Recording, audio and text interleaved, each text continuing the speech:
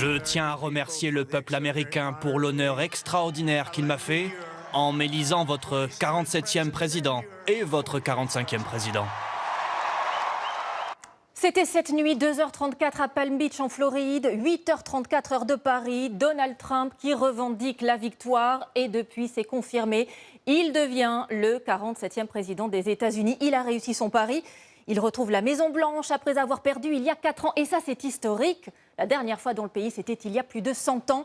Bonjour à tous, bienvenue dans ce journal. On va détailler cette information qui aura des conséquences pour nous et dans le monde. Tout de suite, le récit de cette folle nuit avec Henri Dreyfus, Axel Monnier et Cédric Aguilar. Donald Trump deviendra le 47e président des États-Unis. 7h57 heure française, la très conservatrice chaîne Fox News annonce la victoire de Donald Trump.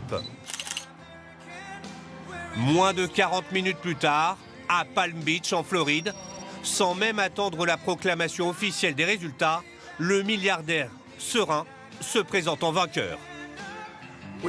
Nous avons surmonté des obstacles que personne n'aurait cru possibles. Et il est maintenant clair que nous avons réalisé la chose politique la plus incroyable. Regardez ce qui s'est passé, c'est fou. Sa victoire s'est en effet dessinée plus rapidement que prévu. Son ampleur est inattendue. Premier indice de ce succès, dès 5h20 heure française, le premier des États clés, la Caroline du Nord, tombe dans l'escarcelle républicaine. À 6h58, Donald Trump décroche la Géorgie. Ses partisans commencent à exulter. Kamala Harris est une menteuse, elle est trompeuse, mais Trump dit la vérité, il a pris une balle pour nous, c'est un bon Américain. Je me demande simplement si je peux réserver un hôtel à Washington pour le jour de l'inauguration, mon pote. Amen, mec. Amen. Mais il faut encore attendre les résultats de la Pennsylvanie, le plus décisif des États clés, pour chavirer définitivement. Contraste saisissant, dans le camp démocrate, la déception est colossale. Kamala Harris ne s'exprimera pas immédiatement, annonce un de ses directeurs de campagne. Vous n'entendrez donc pas la vice-présidente ce soir. Mais vous l'entendrez demain. À Washington, les soutiens de la candidate démocrate s'évaporent rapidement, comme en témoigne notre correspondant sur place. Tous sont compris, l'endroit a été déserté en quelques secondes et il ne reste que quelques drapeaux, symboles de cette soirée électorale, car désormais, ce pupitre, ils ont bien compris qu'il ne servirait à la candidate que pour reconnaître sa défaite. Et pour cause, à 11h33, la tendance se confirme. Donald Trump va devenir le 47e président des États-Unis. Celui qui était le 45e président des États-Unis devient officiellement le 47e locataire de la Maison-Blanche. Preuve de cette victoire totale, le nouveau président pourra s'appuyer sur le Sénat, que les républicains ont repris cette nuit aux démocrates. Et on nous annonçait des résultats serrés et qui prendraient du temps à être confirmés. Finalement, il n'en est rien. À l'heure qu'il est, Donald Trump comptabilise 279 grands électeurs contre 223 pour Kamala Harris. En 3 scrutins, pour la toute première fois, il gagne aussi le vote populaire. 5 millions de voix d'écart avec sa rivale. Qu'est-ce qui a convaincu les Américains cette fois? Antoine Bourdarias, Léa Merlier et Pauline Lormand. Dans ce bar de Charlotte, Caroline du Nord, lorsque notre équipe demande à ses supporters ce qui les a séduits chez Donald Trump, les réponses sont toutes les mêmes. La sécurité et une meilleure économie. La sécurité intérieure, les frontières. Une meilleure économie, des baisses de prix, des baisses d'impôts, c'est le plus important pour moi. Chez ses partisans, le pouvoir d'achat était la priorité de cette élection et Donald Trump serait le seul à pouvoir y remédier. C'est devenu très dur pour la classe moyenne de joindre les deux bouts. Les prix sont trop élevés partout.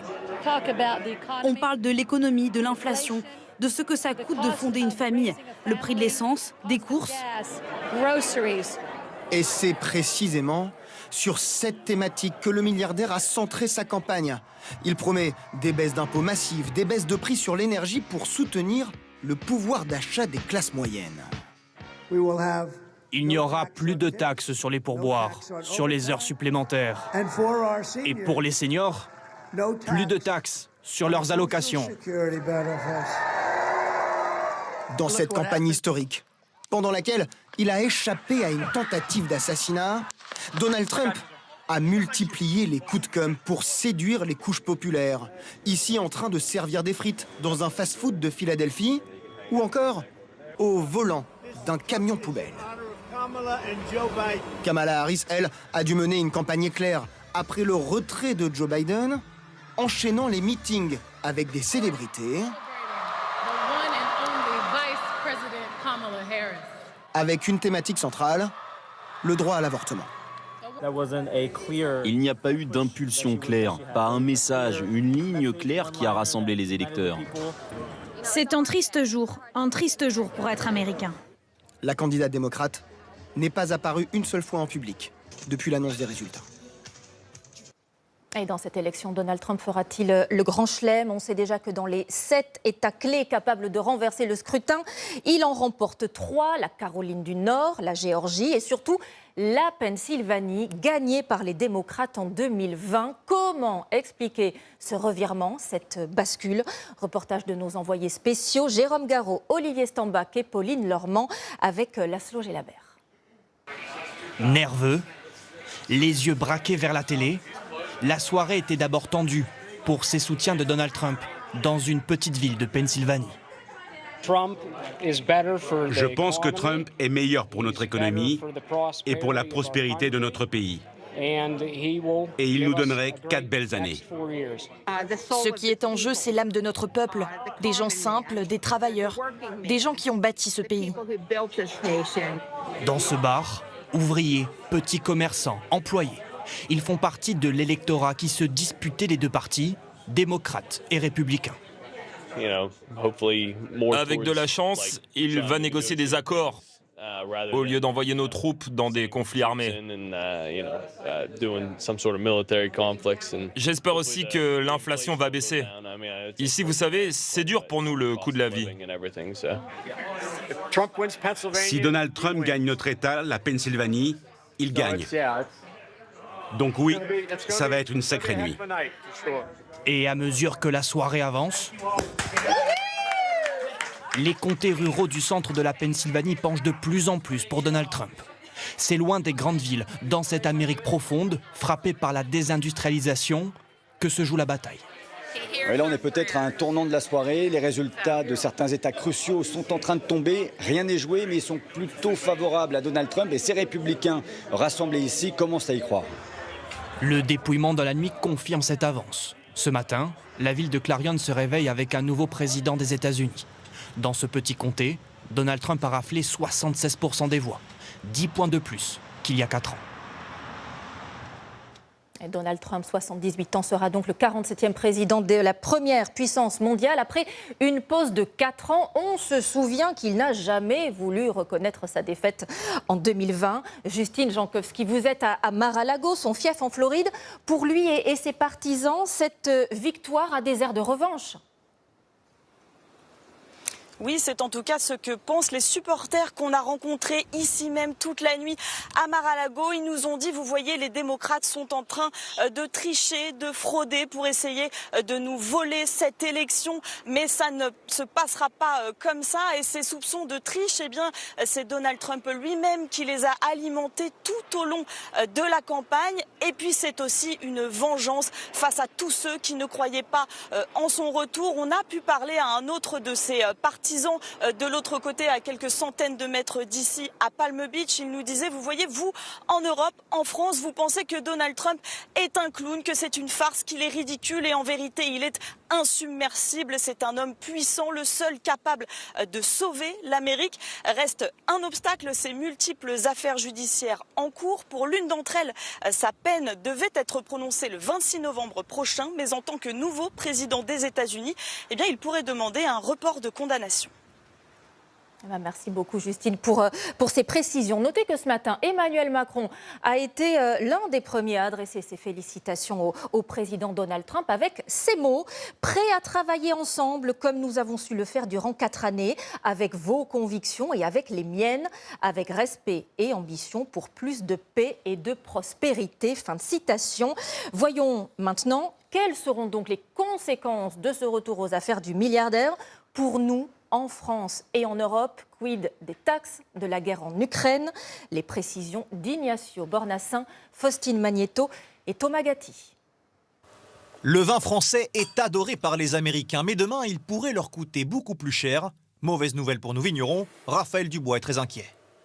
Ça, c'est le genre de bouteille qui peut être amené à être moins vendu.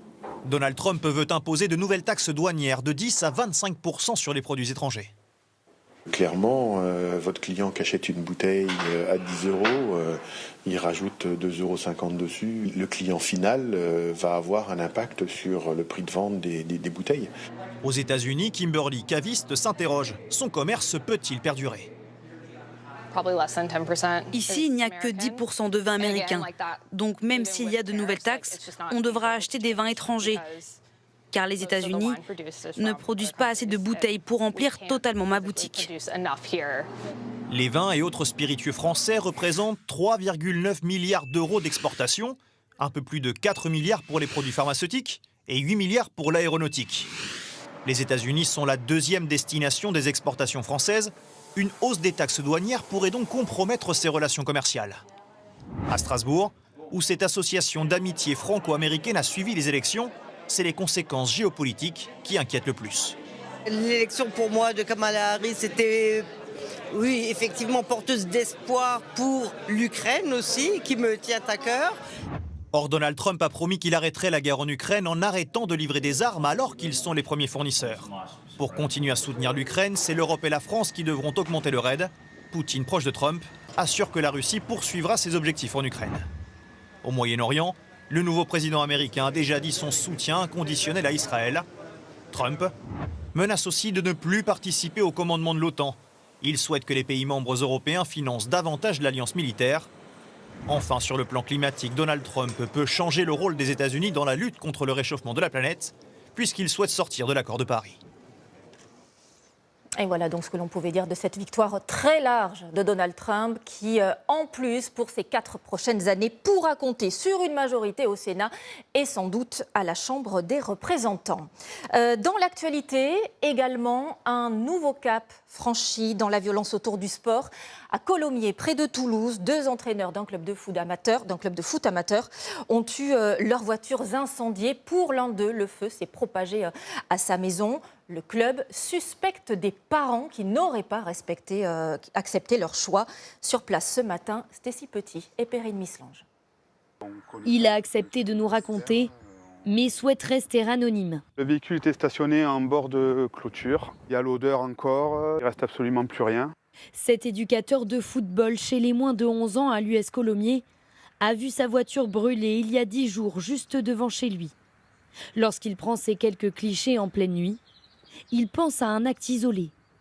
Mais 1 heure plus tard, il apprend qu'un autre entraîneur a lui aussi été victime d'une agression, où les coupables pourraient être des parents de joueurs. On savait qu'il y a des parents mécontents, qu'on peut parfois avoir des altercations verbales, ça arrive. Dans ces cas-là, il y a un process. Mais je ne pensais pas qu'on en viendrait à ça. Ouais. Ici, les pompiers sont arrivés à temps. Pas de propagation des flammes sur la propriété, mais le véhicule a été entièrement détruit. Si j'avais été garé 10 mètres plus loin, ça aurait pu se propager à la maison. On a des enfants, on a des familles, ça aurait pu être dramatique. Son collègue n'a lui pas eu cette chance. Son logement aussi a été ciblé par les auteurs. Devant de tels actes d'une violence inédite, les habitants de la commune sont révoltés. Moi, je suis outrée et je trouve que c'est un climat de terreur. C'est une agression gratuite. Ouais, moi, je trouve que c'est pas normal. Le visage du foot en particulier a changé ces dernières années. C'est vrai qu'on ne voyait pas du tout ce genre de choses avant. Un constat partagé par les dirigeants du club, car la cause potentielle de cet éclat de colère, la simple sélection de certains enfants dans l'équipe numéro 1. On a atteint quand même un niveau de violence rare. La place du football aujourd'hui qui devient trop importante dans certaines familles, effectivement ça crée de la frustration quand on ne joue pas en équipe première. Ouais. Ces agressions se font de plus en plus fréquentes dans le milieu du football amateur, comme sur ces images à Paris ou à Nice. En signe de soutien, le club a décidé de suspendre son activité jusqu'au 11 novembre prochain. Aucun match non plus prévu ce week-end pour tous les amateurs du département. En bref, cette image du meurtrier présumé de la jeune Philippine, filmée à la douane ce matin, il a été remis par les autorités suisses à la police française. Ce suspect, un Marocain de 22 ans, est soupçonné d'avoir violé puis assassiné l'étudiante dans le bois de Boulogne, fin septembre. À Marseille, J-1 avant le procès de l'habitat indigne, celui du drame de la rue d'Aubagne, il y a 6 ans, quand 2 immeubles se sont effondrés en tuant 8 personnes. On se demande ce qui a changé dans la 2e ville de France. La mairie a mis des moyens pour restaurer des bâtiments dangereux, mais il en resterait encore 40 000 sur place. Pour nous, Emmanuel Binet et Marouane Gite. À quelques pas du Vieux-Port, celui que l'on surnomme la dent creuse, cet immense espace vide, rappelle à tous les passants le drame.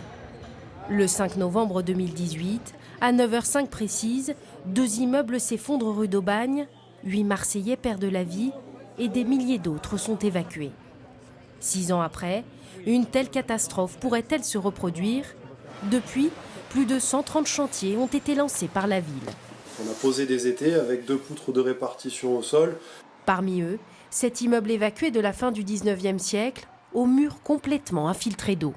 Et lorsqu'on a cassé cette contrecloison, on s'est rendu compte que le mur était en très mauvais état. Dans un premier temps, on a installé ce système qui soutient le mur provisoirement et nous allons reprendre toute la partie qui est défectueuse par une nouvelle maçonnerie de type béton armé. Il faut agir vite. Plusieurs immeubles de ce quartier populaire sont menacés. Tous les immeubles sont imbriqués parce qu'il y a un mur qui est mitoyen et qui porte les planchers d'un immeuble puis de l'autre. Donc si ce mur est abîmé, ça porte atteinte à la pérennité de la structure des 2 immeubles à la fois. Chaque mois, la plateforme pour signaler les logements dangereux reçoit 200 notifications. Mais selon l'adjoint chargé du logement, les résultats sont encourageants. Depuis plusieurs mois, nous avons moins d'entrées dans les dispositifs de mise en sécurité que de sorties. La gravité des situations qui rentrent aujourd'hui dans des arrêtés de mise en sécurité a baissé fortement depuis les 3 dernières années. Et pourtant, la 2e ville de France compte encore 40 000 logements indignes, soit une habitation sur 10, y compris à quelques numéros du drame de la rue d'Aubagne. Ici, on a des morceaux d'escalier qui sont tombés, des fissures dans tous les escaliers, notamment au-dessus de nos têtes avec des fissures qui se sont malheureusement agrandies. Pour finir, ici, nous avons une espèce de caisson et tout s'est effondré. Ici, il y a près d'1 an, seul le 4e étage et le rez-de-chaussée ont été évacués par arrêté de péril. La visite des experts n'y changera rien. Au 2e étage, au milieu des cafards et des punaises de lit, ce retraité redoute que son plafond s'effondre à son tour. Et bien là, on a eu une fuite de l'étage. Comme tous les étages, il y a des fuites. Ils sont venus, ils ont tapé, ils ont regardé, ils ont mastiqué, mais après ça continue à couler. Proche de victimes comme Marseillais, espère du procès de la rue d'Aubagne qu'il deviendra le symbole de la lutte contre l'habitat indigne. Dès demain, comparaîtront 16 prévenus et 87 parties civiles. La grève et les blocages après l'annonce choc d'hier de Michelin qui va supprimer plus de 1250 postes et fermer 2 usines, celle de Vannes et Cholet, où le site est depuis occupé par des salariés à l'arrêt. Beaucoup de colère, de tristesse et d'incompréhension, vous allez l'entendre. C'est avec Manon Monnier et Manon Modicom. Ils occupent l'entrée de l'usine jusqu'à ce qu'ils soient entendus par la direction. Aujourd'hui, Vincent, comme de nombreux autres salariés Michelin à Cholet, bloque le site pour manifester son désespoir. C'est surtout de la colère. Nos responsables étaient au courant depuis septembre et nous ont rien dit. Ils vont continuer de donner de l'espoir en nous faisant miroiter un peu le fait que vous inquiétez pas, ça va continuer. Pour l'instant, il n'y a pas du tout de prémices de fermeture, il n'y a rien, quoi. S'ils travaillent ici depuis 8 ans, d'autres sont là depuis bien longtemps. Je dis non mais attendez, vous le savez qu'on est foutu dehors. Cet agent de production a 2 enfants à charge, un loyer à assumer. Vincent travaille en 3-8 depuis 27 ans. Ah, c'est dur quoi.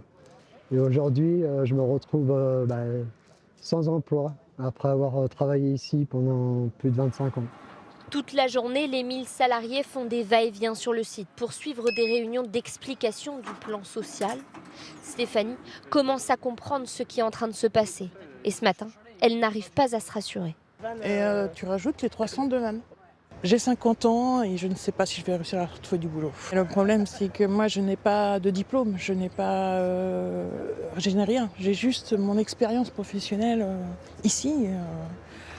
Donc retrouver du boulot, ça va être compliqué. Tous estiment avoir été trahis et dénoncent un manque de transparence de leur direction.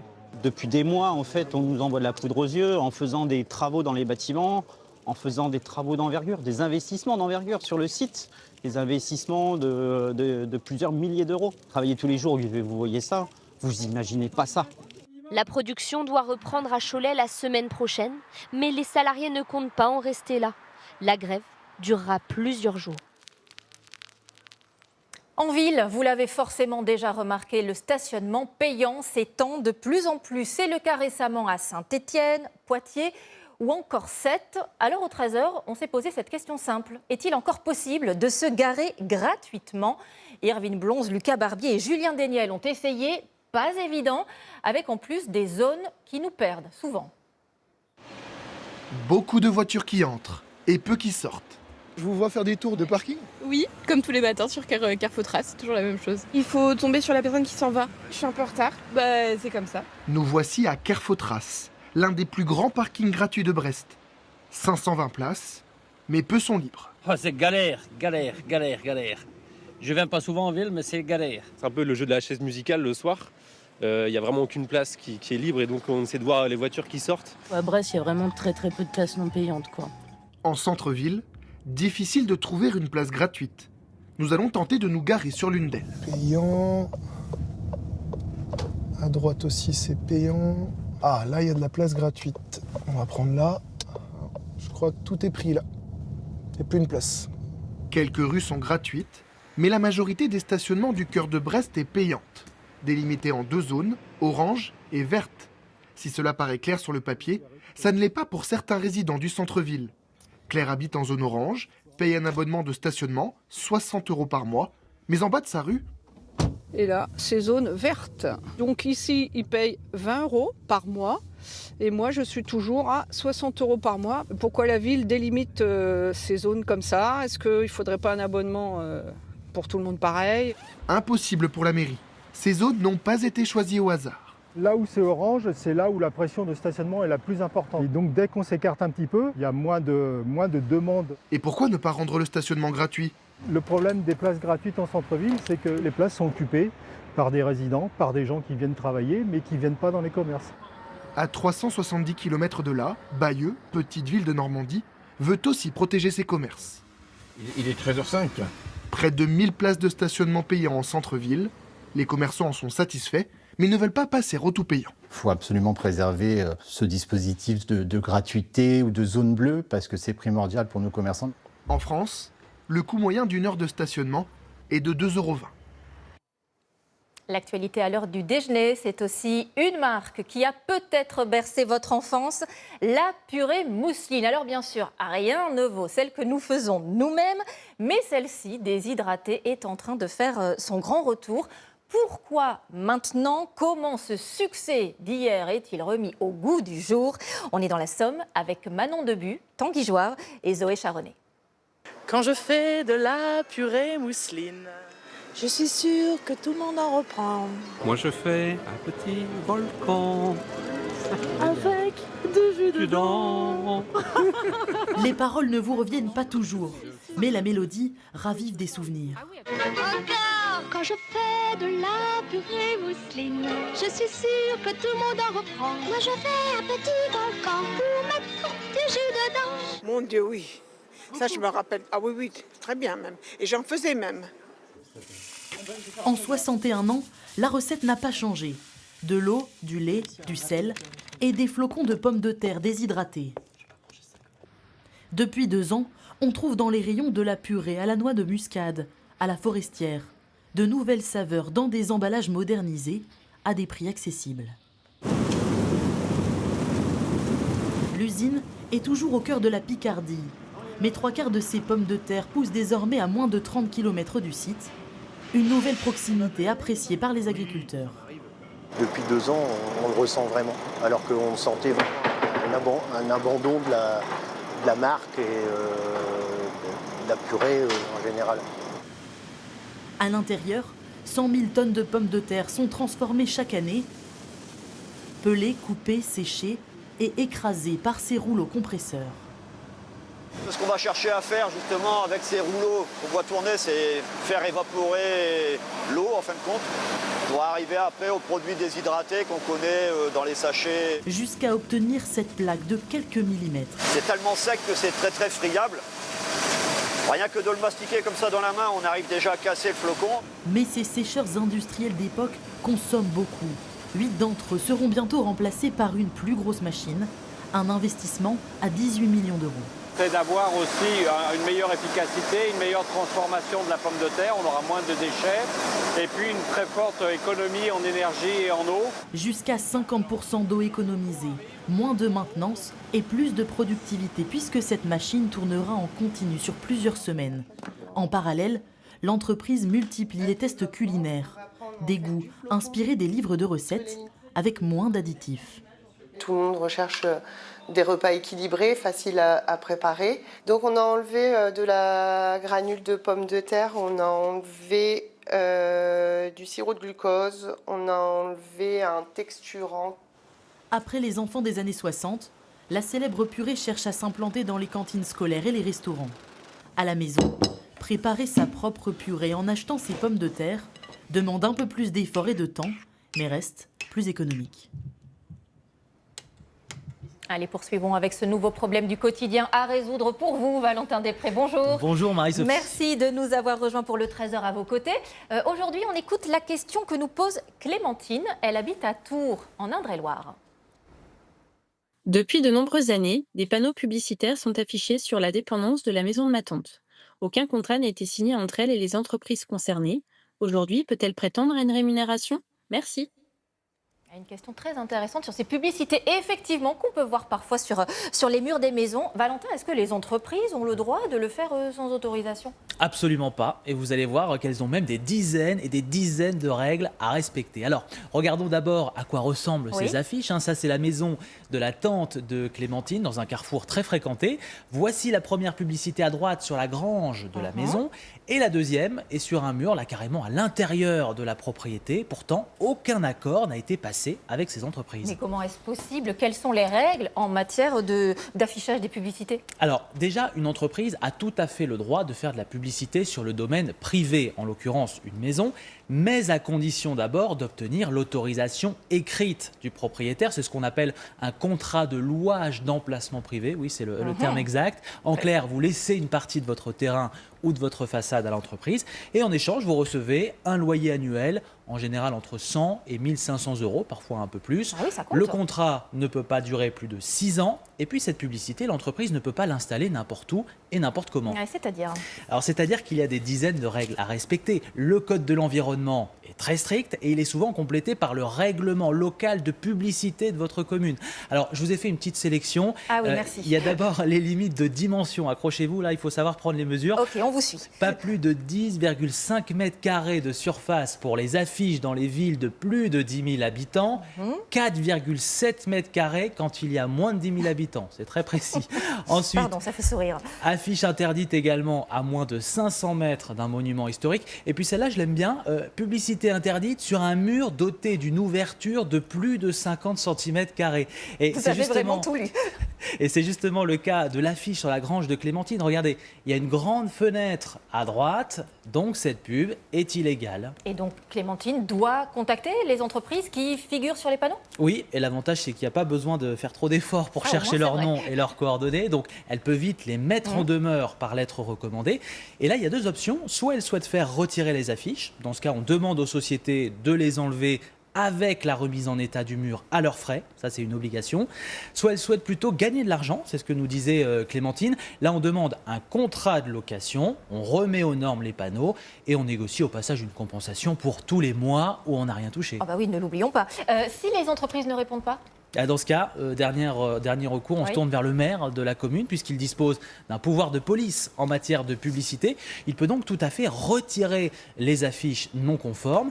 Et puis ces entreprises risquent aussi une amende pouvant aller jusqu'à 1 500 €. Eh ben, très intéressantes toutes ces précisions. Merci Valentin. Donnez-nous des exemples d'autres questions que nos téléspectateurs pourraient vous envoyer à notre adresse, le 13H à vos côtés. Oui, si vous avez eu un problème lors d'un voyage en train ou bien un souci sur la route, lors d'un accident ou avec un radar, ça peut arriver.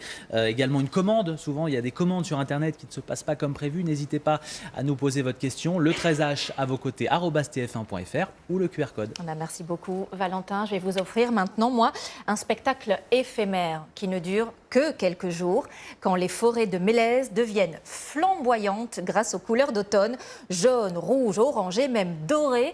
On a comme l'impression de se promener dans un tableau au milieu d'arbres rares. Nous partons dans le Mercantour avec Julien Garel, Anouchka Fliller et Didier Laborde. En quelques jours, la montagne s'est parée d'or et une chasse au trésor éphémère a commencé. On est dans le paysage d'automne du Mercantour. C'est vraiment assez magique, en tout cas, cette période de l'année. C'est un ressourcement, en fait, on se sent bien dans ce type de forêt. Des forêts de Mélèze où les arbres se mettent à flamboyer dans un tableau grandeur nature.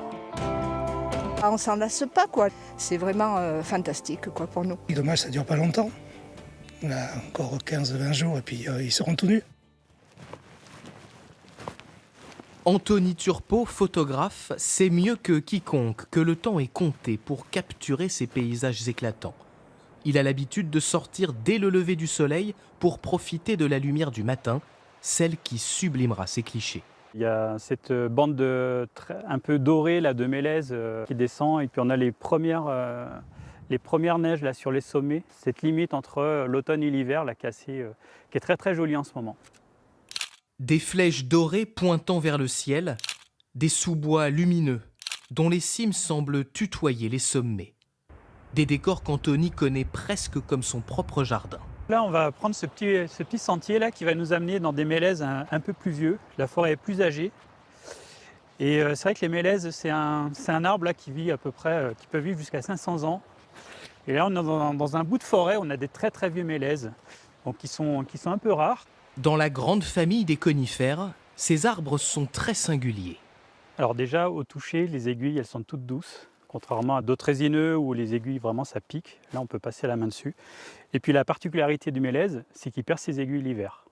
Donc là, c'est pour ça, on est dans une période d'un peu de transition. Donc on passe du vert au doré, et après, ça devient marron, et là, les aiguilles, elles tombent. La transition ne dure qu'un mois, entre mi-octobre et mi-novembre.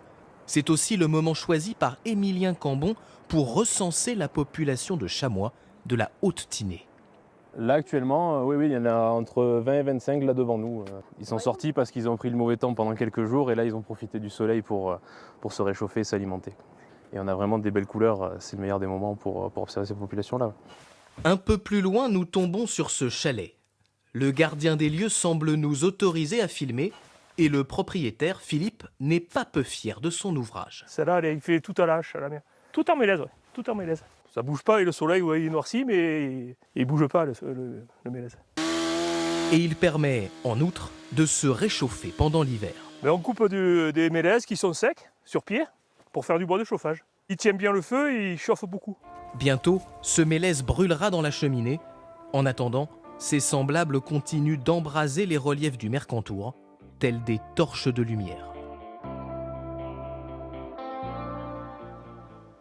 Allez, dans ce journal, peut-on encore vous surprendre avec des moulins? Eh bien, la réponse est oui. avec celui-ci, car ici, pas de farine, non, c'est un moulin des mécaniciens. À l'intérieur, un atelier fascinant d'un autre temps où ils fabriquaient des pièces pour réparer d'autres moulins. C'est le tout dernier en état de fonctionner. Il est en Indre-et-Loire, un endroit vraiment à part que nous font découvrir Cécile Madronet, Thomas Rolnick et Charlotte Sébir. Derrière ce mur se cache un trésor du patrimoine. Là, on va entrer sur le site du moulin, on va tomber face à la rivière. Bienvenue au moulin des mécaniciens, que Thierry et quelques bénévoles font revivre depuis 8 ans. Ici, on n'a jamais produit de farine. L'atelier avait une toute autre mission, fabriquer des pièces mécaniques pour les moulins de la région. C'est unique, c'est unique. Il n'y a pas à dire, un atelier de mécanique complet comme ça, il n'y en a pas d'autre. Les stars, ce sont donc ces machines-outils qui ont plus d'un siècle. Une petite scie alternative et là une perceuse à colonne. Les deux tournaient en même temps, ça faisait moins de poulies. Tout est pensé pour transformer l'eau du canal en source d'énergie. Démonstration avec Claude, qui va découper du bois. On a le régulateur à boule qui donne à peu près la vitesse. Vous voyez, il faudrait qu'on arrive au milieu, donc je vais remettre un petit peu d'ouverture. On ouvre les vannes, le rythme s'accélère. Vous voyez, le son, c'est plus le même, il augmente. La scie à ruban va pouvoir fonctionner. On va essayer, voir. Claude et Thierry ont retrouvé les gestes des anciens mécaniciens. C'est vraiment l'avènement de l'ère industrielle. Ils ont tout inventé et après on a fait évoluer les choses. Je sauvegarde surtout le savoir-faire et le génie de ces gens-là. Les images qu'on a du dernier mécanicien ici, je pense qu'il ne devait pas faire guère plus qu'1,60 m maximum. Donc la forge est basse, l'enclume était très basse. Le dernier d'entre eux, justement, le voici, filmé dans l'atelier il y a presque 50 ans. 3 générations se sont succédées. Ils ont construit ou réparé plus d'une centaine de moulins. Le village de Beaulieu-les-Loches abrite donc le dernier atelier de ce genre en état de fonctionner. Il est bloqué. Les bénévoles restaurent et entretiennent chacune de ces machines. Voilà. Ici, c'est que des vieilles dames, hein. Mais c'est des machines qui ne demandent pas beaucoup de réparation. Vu qu'il n'y a pas d'électricité, pas d'électronique, c'est tout simple comme mécanisme. Pour moi, tout est précieux ici. C'est vraiment, ça n'existe plus, mais on voit que ça a été fait avant l'obsolescence programmée, ce que je dis tout le temps. Donc l'homme a su faire ça. On a su faire des choses qui ne s'usaient pas. Pour partager toute cette histoire, régulièrement, le site accueille des visiteurs. Un voyage dans le temps, à une époque où les moulins étaient présents dans tous les villages. Ils avaient 100 moulins à entretenir autour de Loches. Parce que dès qu'il y avait un petit cours d'eau, chaque agriculteur ou artisan, ils avaient un petit moulin. Entendre et voir ces machines redémarrer, c'est partager une émotion. Et c'est magnifique, hein. Je trouve ça très très beau, je me sens un peu dans un musée. C'est des beaux mécanismes, c'est très visuel aussi, c'est très circulaire et du coup ça attire l'œil. Ça a évolué tellement vite qu'on a l'impression que c'était il y a des centaines d'années. C'est passionnant et puis bah oui, il faut garder pour montrer plus tard à nos enfants qu'on pouvait faire plein de choses sans informatique et que ça tournait bien. Et ce trésor unique du patrimoine va tourner encore longtemps. Au pays des châteaux, il raconte lui aussi l'histoire de la Touraine. Et pour faire un bond dans le temps, on admire aussi ces autres mécanismes qu'un artiste d'aujourd'hui insère dans ses fresques géantes qu'il peint sur les murs. Des yeux vous suivent du regard, c'est complètement étonnant. Rast, c'est son nom, a déjà réalisé plus de 120 œuvres aux États-Unis, en Amérique du Sud, en Italie et dans plusieurs de nos régions, puisqu'il est français. Gwenaëlle Bellec et Bertrand Lachat l'ont rencontré pour nous. Dans son garage, en région parisienne, Rast travaille comme un artisan. Et cela commence avec une scie sauteuse. Il découpe, peint des formes qui deviendront des rouages, de la mécanique. Alors là, je suis en train de découper un engrenage. C'est une partie qui va être mobile en fait, parce que je réalise des peintures mécaniques depuis 2 ans. Et là, voilà, on est dans les préparatifs. Des engrenages qui, plus tard, donneront vie à des fresques murales. L'assemblage de la mécanique et de la couleur. C'est l'atelier d'un artiste ou d'un bricoleur? Eh bien, un petit peu des deux. J'étais bricoleur avant d'être artiste. Et aujourd'hui, j'essaie de faire un petit peu des deux dans mes fresques mécaniques. Pas étonnant, quand on sait que l'artiste fut pendant quelques années ingénieur automobile chez Renault. Nous le retrouvons près de cette fresque de 10 mètres de long. Dernier coup de bombe pour un artiste qui aime les supports XXL. Il y a une certaine liberté, on va dire, parce que comme les murs sont grands, les espaces sont grands, tout de suite, on se sent beaucoup plus libre dans les mouvements, dans les gestes aussi. Et je pense qu'effectivement, c'est ce qui nous démarque un petit peu de la peinture traditionnelle, on va dire.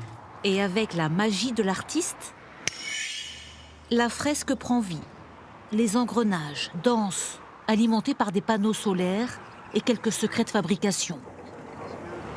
De quoi faire s'arrêter les passants. J'aime beaucoup les personnages, je les trouve très expressifs, ils sont toujours très colorés et je trouve que ça apporte de la joie. Pas très loin, dans cette cité de Saint-Cyr-l'École, il y a aussi cette Marianne du peuple, comme on l'appelle. Elle fait la joie de 90% des locataires, dont certains quasi intégrés dans le décor. Heureux d'avoir une belle fresque qui embellit un petit peu le quartier, qui nous donne un petit peu plus de couleurs. Ça donne un peu de peps. Pendant quelques jours, la fresque a pu s'animer avec ses ailes géantes. Installation éphémère cette fois. Je prends pas de risque, hein. Quand je fais une installation pérenne, il faut que ce soit solide. Donc on perce dans le béton armé de l'immeuble. Et parfois on n'obtient pas les autorisations ni les financements non plus. Donc on s'oriente plus vers une installation éphémère. Certains riverains viennent encore à sa rencontre. Je vous ai vu en train de travailler. Écoutez, je suis contente de faire votre connaissance. Écoutez, ça fait plaisir en tout cas. Ces couleurs, il les distille sur les murs de la banlieue parisienne. Nelson Mandela à Créteil, ce Louis de Funès dans le nord de la France, ou ces personnages réalisés pour des commandes gigantesques aux États-Unis. Allez, un mot de la Bourse de Paris. Comment réagit-elle après la victoire de Donald Trump? Eh bien, alors qu'il est plus 0,84% au-dessus des 7400 points. L'information continue, bien sûr, sur LCI, où vous pourrez suivre tous les derniers développements de l'élection présidentielle américaine. Gilles Boulot y reviendra aussi ce soir à 20h. Tout de suite, c'est la météo d'Evelyne Delia. Et dans la foulée, votre feuilleton, Plus belle la vie, encore plus belle. Je vous souhaite un très bon après-midi et je vous dis à demain, 13h.